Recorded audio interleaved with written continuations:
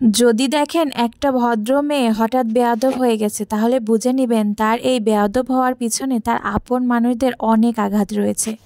Hello everyone, আসসালামু আলাইকুম। Sabinus লাইফস্টাইলে আপনাদের সবাইকে স্বাগতম। বরাবরের মতো আজকে আবার একটা রেসিপির ভিডিও নিয়ে আপনাদের সামনে চলে এসেছি। আমি আপনাদের সাবিনা আপু। কেমন আছেন আপনারা সবাই? আমি আল্লাহর রহমতে অনেক ভালো আছি। আজকে আমি আপনাদেরকে দেখাবো আমাদের কুষ্টিয়া এলাকার আঞ্চলিক একটি খাবার, কুমড়ো বড়ি দিয়ে মাছের রেসিপি। নতুন আলু দিয়ে কুমড়ো বড়ি দিয়ে মাছ রান্না কিন্তু আমরা খেতে অনেক পছন্দ করি, তাই ভাবলাম আপনাদের সাথে একটু দেখাই, আপনারাও যেন খেতে পারেন। অনেকে আমাকে ওই দিন আমি একটা বড়ি রেসিপি দিয়েছিলাম, তো অনেকে আমাকে বলেছিলেন যে বড়িটা গন্ধ লাগে, খেতে পারেন না। এইভাবে যদি আপনারা রান্না করেন তাহলে অবশ্যই খেতে পারবেন, আর অনেক টেস্টি। না খেলে কিন্তু অবশ্যই বুঝতে পারবেন না। এত কথা না বালিয়ে তাহলে চলুন মূল রেসিপিতে ফিরে যাই। প্রথমেই তো দেখলেন আমি পেঁয়াজটা লাল লাল করে ভেজে নিয়েছি, কাঁচামরিচ আর পেঁয়াজ।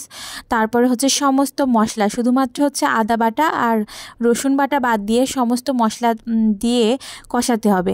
মশলাটা ভালোভাবে কষাবেন। ভালোভাবে না কষালে কিন্তু তরকারিটা খেতেও ভালো লাগবে না।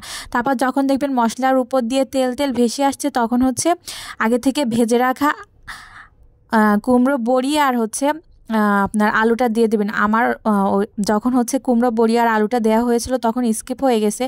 আর একটা জিনিস কুমড়ো বড়িটা রান্না করার সময় অবশ্যই মশমশে করে ভেজে নেবেন। অল্প আছে, বেশি একটা আঁচ দিবেন না, তাহলে কিন্তু পুড়ে যেতে পারে, আর পুড়ে গেলে খেতে ভালো লাগবে না, তিতা লাগবে। তাই অল্প আছে কুমড়ো বড়িটা ভালোভাবে ভেজে নেবেন। ভালোভাবে ভেজে নেওয়ার পরে তারপর যখন মশলার উপরে তেল উঠে আসবে, তখন কুমড়ো বড়ি আর আলু দিয়ে ভালোভাবে কষাবেন। কষানোর পরে ভালোভাবে কষাবেন যেন মশলাটা কুমড়ো বড়ি আর আলুর ভিতরে চলে যায়, এইভাবে কষাবেন।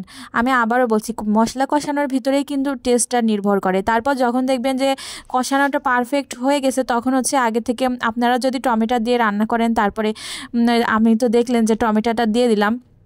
টমেটোটা দেওয়ার পরে বেশি একটা কষানো লাগবে না, কারণ টমেটো তো নরম, বেশি কষালে পারে অনেক নরম হয়ে যায়। তা অল্প একটু কষানোর পরে পানি দিয়ে দিবেন, ঝোলের পানিটা দেওয়ার পরে একটু নেড়েচেড়ে দিবেন। নেড়েচেড়ে দেওয়ার পরে একটু অপেক্ষা করবেন। যখন দেখবেন এইভাবে বলক উঠে আসবে, তখন মাছটা দিয়ে দিবেন। তখন মাছটা দিলে মাছটা সুন্দরভাবে তরকারির সাথে মজে যায়, আর খেতেও অনেক ভালো লাগে। এই তো দেখলেন আমি কত সুন্দরভাবে মাছটা সাজিয়ে সাজিয়ে দিয়ে দিচ্ছি। এইভাবে আপনারা দিয়ে দিবেন।